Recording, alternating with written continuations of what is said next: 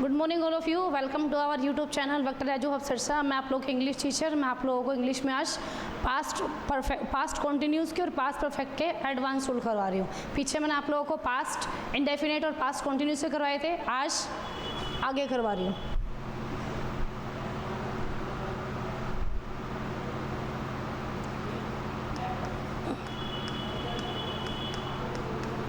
Advance rule, ठीक है। अब देखो पास्ट कॉन्टिन्यूस में मैंने आप लोगों को क्या बताया था। पास्ट कॉन्टिन्यूस में क्या यूज हुआ था। वॉज, बेसिक बता रही हूँ, वॉज वर प्लस वर्ब की first form plus ING. Was का यूज सिंगुलर के साथ और वर का यूज प्लूरल के साथ। अब सिंगुलर कौन कौन से होते हैं। सिंगुलर होते हैं इज, ही, शी, इट और कोई भी नेम। और वर्क का यूज होगा प्लूरल के साथ। प्लूरल कौन कौन से होते हैं, वी, यू और दे। तो यहाँ क्या यूज होगा, वॉज का यूज सिंगुलर के साथ और वर्क का प्लूरल के साथ। और उसके साथ क्या यूज होगा, वर्ब की फर्स्ट फॉर्म के साथ आईएनजी। अब वो कह रहा है देखो एडवांस रूल में क्या है, पास्ट कॉन्टिन्यूस का यूज कहाँ कहाँ होगा। To describe something that was happening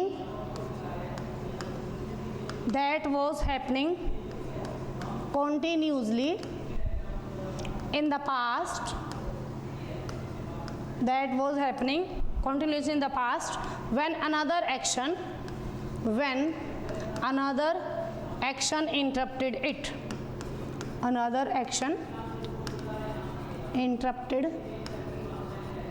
it.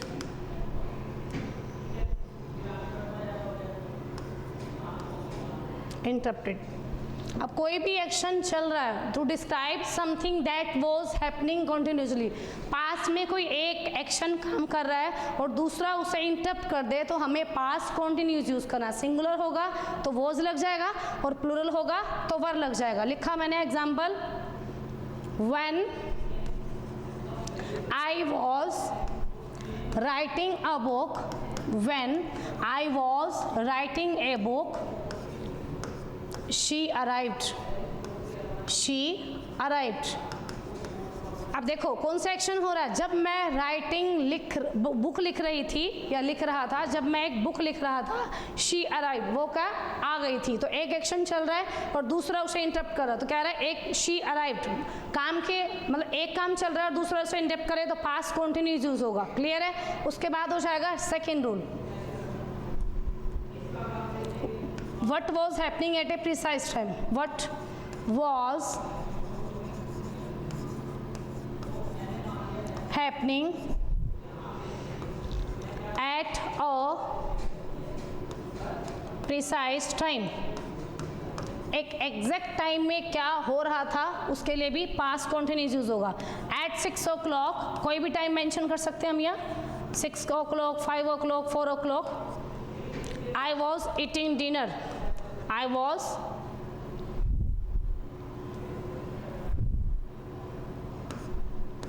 taking dinner. मैं taking dinner या eating dinner। अब देखो एग्जैक्ट टाइम की बात हो रही है। 6 o'clock तुम क्या कर रहे थे। 6 o'clock मैं क्या कर रहा था, मैं टेक कर रहा था किसका, डिनर ले रहा था, डिनर खा रहा था। क्लियर है। नेक्स्ट हो जाएगा रूल नंबर थर्ड में हो जाएगा habitual action in the past. Habitual action in the past, कोई भी एक्शन जो पास्ट में हो रहा है। She was talking constantly in the class those days.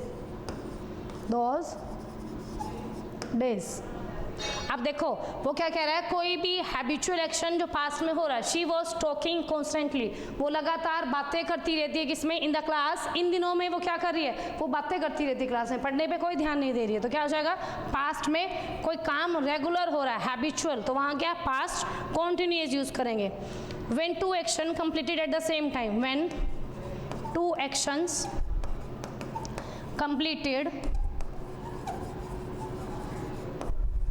at the same time, at the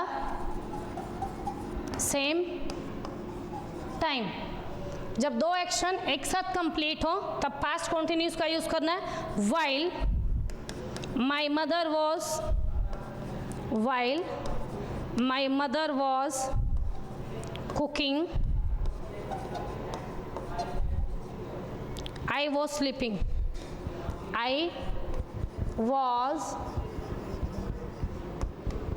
was sleeping.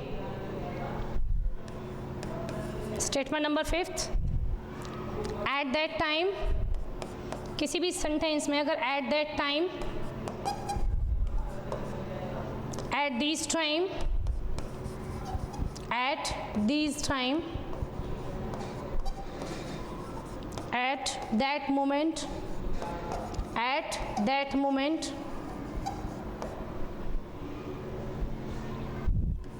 Example है she was alone in the house. She was alone in the house at that time. At that time, because her father was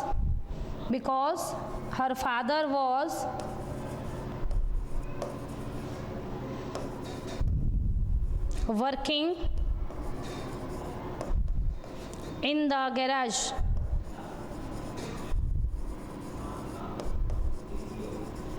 अब statement, किसी भी statement देखो past continues में क्या आ जाएगा, अगर किसी भी सेंटेंस में at that time, at this time, at that moment आ जाए, लेकिन प्रेजेंट कॉन्टिन्यूज में क्या था, at this time, at this moment. यहाँ दैट यूज होगा at that time, at that moment, तो हमें पास्ट कॉन्टिन्यूज यूज करना है. और at this time, at this moment आएगा तो, और नाउ डेज आएगा तो प्रेजेंट कॉन्टिन्यूज यूज करना है. ये डिफरेंस हमें याद रखना है.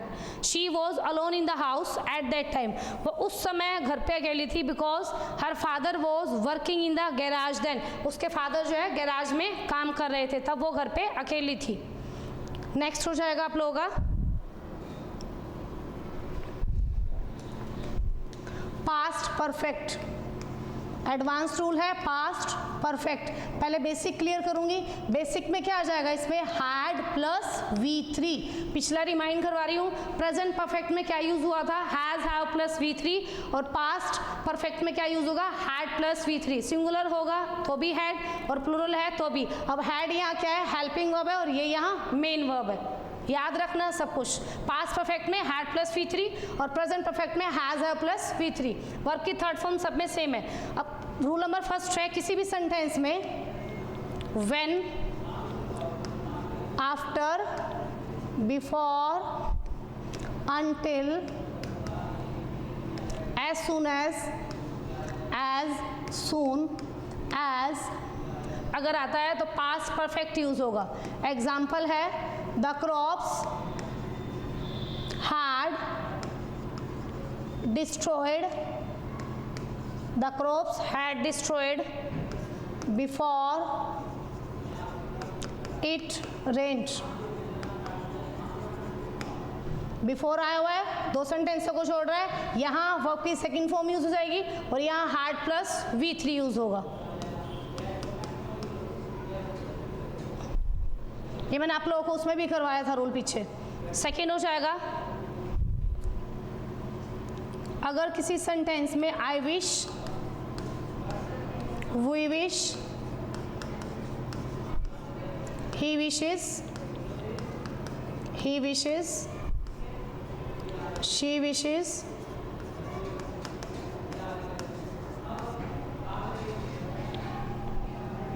they wish, as if,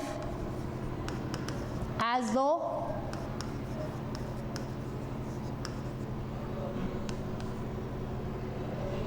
she wishes, she wishes,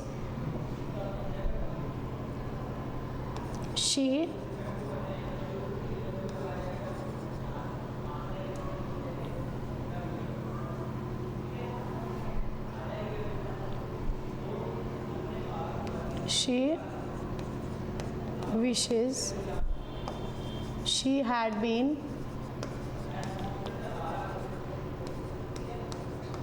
born in 1948। वो ऐसा इच्छा रखती है कि उसका जन्म 1948 में हुआ था। थर्ड हो जाएगा, इसी का स्ट्रक्चर है।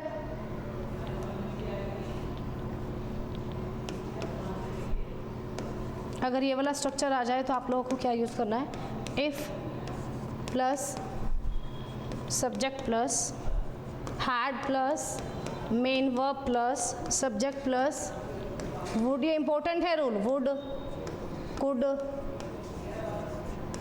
Might, have plus main verb plus object.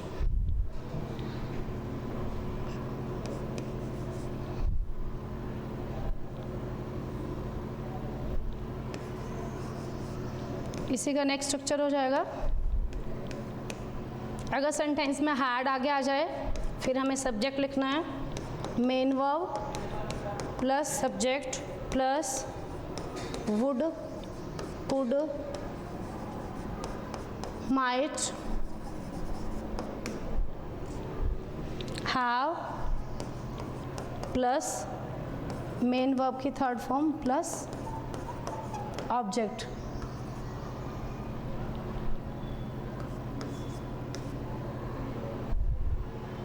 Example है इसका, if the police had came, if the police had come a little before,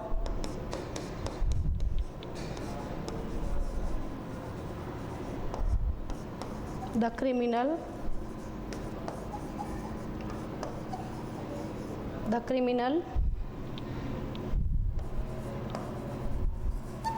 would not have gone away। Next इसका सेंटेंस है, had the student studied honestly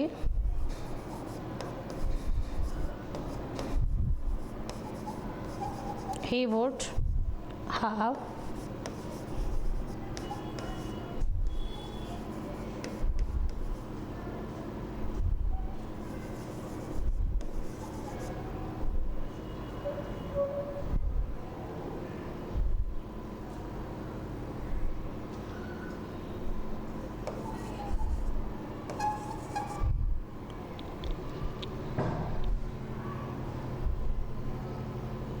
अब देखो ये वाला structure जो है, इफ़ आ जाएगा सबसे पहले, फिर सब्जेक्ट होगा हैड प्लस मेन वर्ब की थर्ड फॉर्म, फिर इसी के साथ फिर सब्जेक्ट होगा, वुड या कुड में से माइट में से एक हेल्पिंग वर्ब होगी, उसके साथ हैव लगेगा, वर्ब की third form plus object. Next structure है इसका, हैड फिर सब्जेक्ट फिर मेन वर्ब की third form subject, would could might फिर हैव प्लस मेन वर्ब की थर्ड फॉर्म। यहाँ लिखा हुआ sentence, if the police had come आएगा, हैड प्लस V3 है, if the police had come a little before, अगर या यदि काश पुलिस थोड़ा टाइम पहले आती, the criminal would not have gone away, तो क्रिमिनल क्या है वहाँ से भागा नहीं होता। Had the student studied honestly, had the student studied honestly, अगर स्टूडेंट ने ऑनेस्टली क्या किया होता, स्टडी की होती, ही वुड हैव सक्सीडेड, तो वो सक्सीड हो जाता। नेक्स्ट है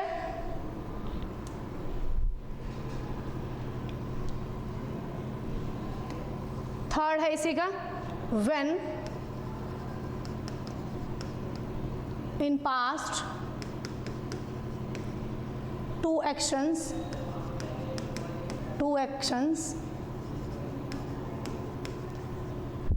happens at the same time and duration of time is less, duration of time is less, तो हम क्या यूज़ करेंगे, when I begin to teach him, he began to listen carefully। देखो व्हेन पास्ट में दो action happen हो रहे हैं, जब कभी पास्ट में दो काम इकट्ठे हो रहे हैं तो हमें क्या लगाना है, टाइम ऑफ ड्यूरेशन जो है बहुत ज़्यादा कम है। व्हेन आई बिगिन, जब मैंने उसे पढ़ाना शुरू किया, he began to listen carefully, तो यहाँ क्या यूज़ होगा, पास्ट। उसके बाद है आप लोग का नेक्स्ट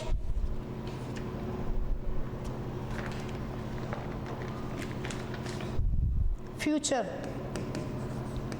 फ्यूचर इंडेफिनिट में क्या यूज़ होगा, पहले बेसिक बता रही हूँ। फ्यूचर में आप लोगों को क्या लगाना है, बेसिक में विल और शेल। विल और शेल के साथ क्या यूज़ होगा, वर्ब की फर्स्ट फॉर्म। देखो बच्चों ये चीज़ समझने वाली है, विल और शेल का यूज़। अब वो कह रहा है कि आई और वी के साथ क्या यूज़ होगा, शेल यूज़ होगा। जो बाकी ऑब्जेक्ट है, अदर ऑब्जेक्ट, उनके साथ क्या यूज़ होगा, अदर सब्जेक्ट है उनके साथ विल यूज़ होगा। जैसे ही है, शी है, दे है, वो उसके साथ क्या यूज़ होगा, विल। लेकिन कहीं कहीं आप लोगों ने देखा होगा आई और वो के साथ विल लगा हुआ है और अदर सब्जेक्ट के साथ शेल। वो जब यूज़ होगा जब आप लोग किसी से प्रॉमिस कर रहे हो, किसी को थ्रीट कर रहे हो, किसी को डिटर्मिनेशन, पक्का, दृढ़ निश्चय बता रहे हो, तो इसका अपोजिट हो जाएगा। आई और वो के साथ विल यूज़ होगा वहाँ और अदर सब्जेक्ट के साथ शेल यूज़ होगा। ये आप लोगों का बेसिक तो ये वाला है। उसके बाद है इसका रूल नंबर फर्स्ट, जो मैंने बताया था, यूज ऑफ विल और शेल। यूज ऑफ विल और शेल सिंपल वे से वो वाला यूज होगा,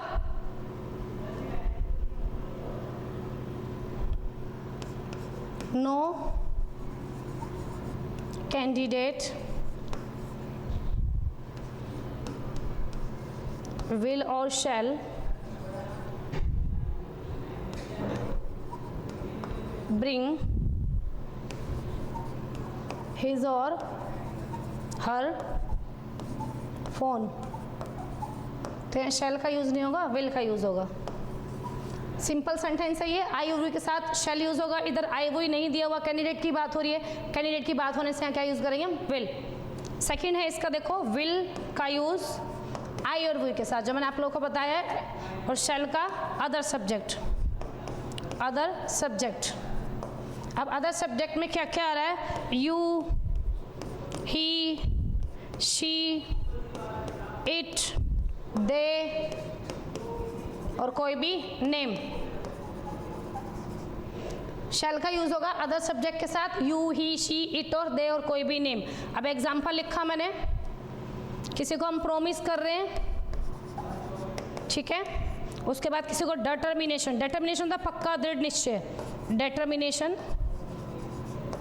किसी को वादा कर रहे हैं, दृढ़ निश्चय दे रहे हैं, और या फिर ट्रीट कर रहे हैं, वहाँ आप लोगों को आई और वी के साथ विल का यूज़ करना है। एग्जाम्पल है first, I will help you, I will help you, I will help you. अब वो कह रहा है आई और वी के साथ विल यूज़ हुआ, कब यूज़ हुआ, जब हम किसी को प्रॉमिस कर रहे हैं। इसके साथ शेल भी सही होगा, लेकिन वहाँ ये नहीं होगा कि हम पक्का उसको प्रॉमिस करें कि मैं उसकी हेल्प करूंगा। आई विल हेल्प यू का मीनिंग है प्रॉमिस करेगी, हाँ श्योरली मैं आपकी मदद करूंगा। डिटर्मिनेशन वाला सेंटेंस, we will qualify, we will qualify the exam. Threat का हो जाएगा the authorities, the authorities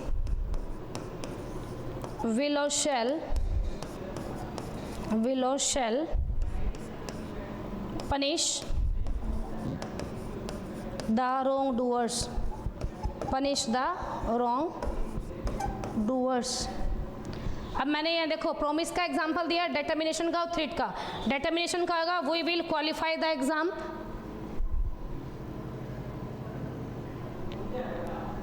determination का क्या आ जाएगा, we will qualify the exam, हम क्या करेंगे, एग्जाम को क्वालिफाई करेंगे, तो हमें दृढ़ निश्चय हमारा, ठीक है। तो हमें वी और आई और वी के साथ क्या यूज करना, विल। अब वो कह रहा है थ्री इसको धमकी देते हैं, डराते हैं, द अथॉरिटीज शैल और विल, अथॉरिटीज क्या आई और वी में नहीं आ रही है, तो क्या हो जाएगा यहाँ शैल, विल की जगह क्या यूज होगा, शैल यूज होगा। Authorities shall punish the wrong doers, authorities है, कोई भी अथॉरिटीज हो सकती है इसमें, स्कूल से रिलेटेड, किसी संस्था से रिलेटेड, अगर हम उनकी संस्था के साथ कुछ गलत करते हैं तो वो हमें पनिश करेंगे।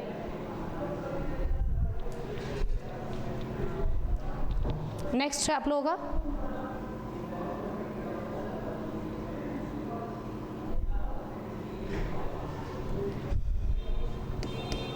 टू एक्सप्रेस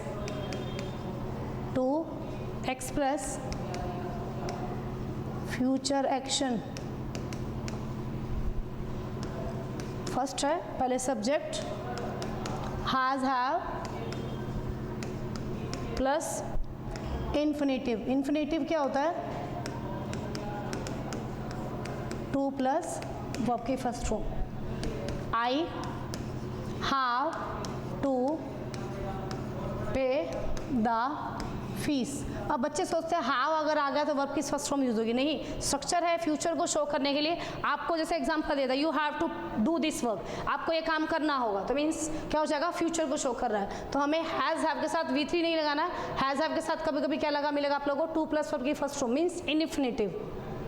अगर आई है तो हैव लग जाएगा, अदर सब्जेक्ट के साथ सिंगुलर के साथ हैज़ लग जाएगा। नेक्स्ट है इसी का rule, subject plus is-MR plus infinitive, to plus verb की फर्स्ट फॉर्म। एग्जाम्पल आ जाएगा यहाँ, द डॉक्टर इज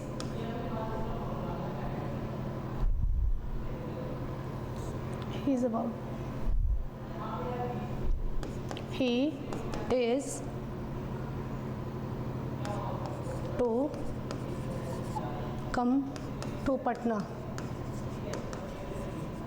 नेक्स्ट इसका ये वाला हो जाएगा, सी हो जाएगा, subject plus is-MR plus about plus to plus verb की फर्स्ट फॉर्म। इन्फिनेटिव बोलते हैं टू प्लस वर्ब की फर्स्ट फॉर्म को। एग्जाम्पल है, the doctor is about to come, इसी का हो जाएगा। नेक्स्ट डी, किसी भी सेंटेंस में soon, shortly, in a few moments,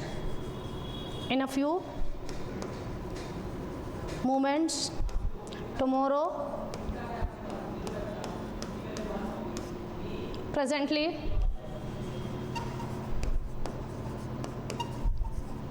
next year,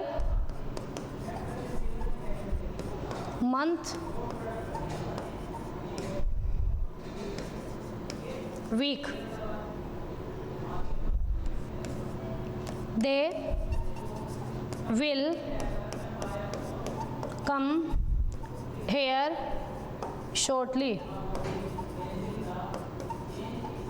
they will come here shortly, वो जल्दी यहाँ जाएंगे। किसी भी सेंटेंस में अगर soon, shortly, in few moments, tomorrow, presently, next year, next month, next week आता है तो हमें क्या शो करते हैं, ये चीज़ें फ्यूचर शो करती है। फ्यूचर के लिए हमें क्या लगाना है, दे के साथ विल लग जाएगा, दे will come here shortly. Shortly का मीन्स शॉर्ट नहीं होता, शॉर्ट का मीन्स, शॉर्टली का मीन्स होता है जल्दी, वो शीघ्र ही यहाँ पहुँच जाएंगे। कल आप लोगों को मैं एक वीडियो ये वाली भी डालूंगी जिसमें आप लोगों को वर्ब जो होती है बच्चों की बहुत ज़्यादा वीक होती है, तो मैं कोशिश करूंगी आप लोगों के लिए कुछ ज़्यादा से ज़्यादा वर्ब जो है वर्ब प्रोवाइड करवा पाऊँ। रिटर्न में लिखवाऊंगी, आप लोगों को रिटर्न में लिखनी है, वैसे लिखवानी मुझे पहले चाहिए थी, सॉरी, एंड में लिखवाऊंगी आप लोगों को। तो वर्ब बहुत ज़्यादा इंपॉर्टेंट है, वर्ब याद होनी टेंस के लिए बहुत ज़रूरी है। और टेंस अगर आप लोगों को नहीं आते तो आप लोग नहीं तो एक्टिव पैसिव हो पाएंगे, ना ही डायरेक्ट इनडायरेक्ट जिसे आप नरेशन बोलते हो वो भी नहीं हो पाएगा। तो आप लोगों को टेंस को बहुत ज़्यादा स्ट्रॉन्गली समझना है, बहुत अच्छे तरीके से ज़्यादा वीडियो देखना है, ज़्यादा से ज़्यादा लाइक करना, शेयर और सब्सक्राइब, ताकि मैं आप लोगों के लिए और ज़्यादा वीडियो बढ़िया बना पाऊँ। Have a nice day, bye.